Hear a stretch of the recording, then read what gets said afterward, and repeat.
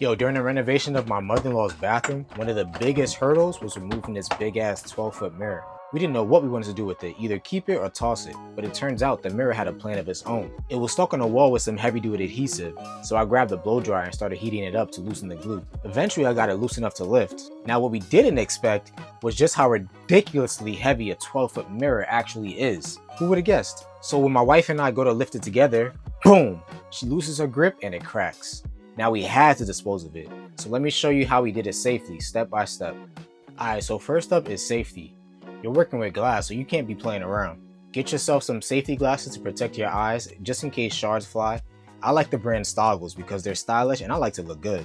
Next, you want to get some cut resistant gloves, because sliced hands are not part of the project. And lastly, I laid down a drop cloth, especially since I've got a cat. The last thing I need is glass getting stuck on her paws, or mine. For disposal, I use these 7mm woven contractor bags from Lowe's.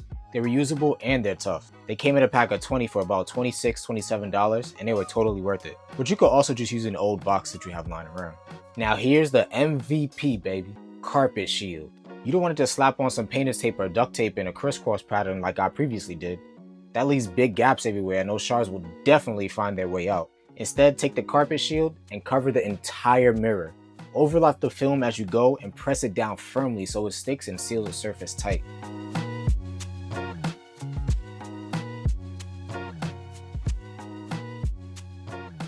Now that the mirror is sealed, it's time to break it down, baby. I used a hammer, but you can use anything heavy duty, channel locks, adjustable wrench, whatever you've got. If you don't have any tools like these, I definitely recommend you downloading my free highly handy tool guide. It's packed with essential tools every DIYer should have on hand. Whether you're mounting mirrors or fixing drywall, the link is in the description. Now just tap the mirror hard enough to crack it, but not so hard that you punch through the plastic. Otherwise, you're just compromising the integrity of the seal. If that does happen, you can always put another sheet of film over that spot. Even with the film, I had some tiny shards falling to the bottom.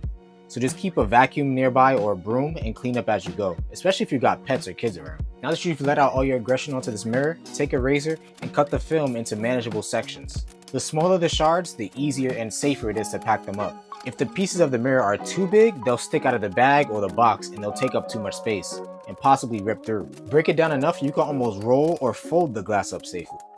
Once the mirror is gone, you're probably going to be left with some nasty adhesive patches or spots where the drywall got ripped up. So here's how to fix it. First, sand the area down smooth with some sandpaper. I use 100 to 150 grit. Then you'll want to prime it to seal the drywall so the paper doesn't bubble up. Next, you want to apply some joint compound over any rough patches. Once the compound is dry, you're going to sand it again until smooth and then hit it with one final coat of primer. And then boom, your wall's ready for paint.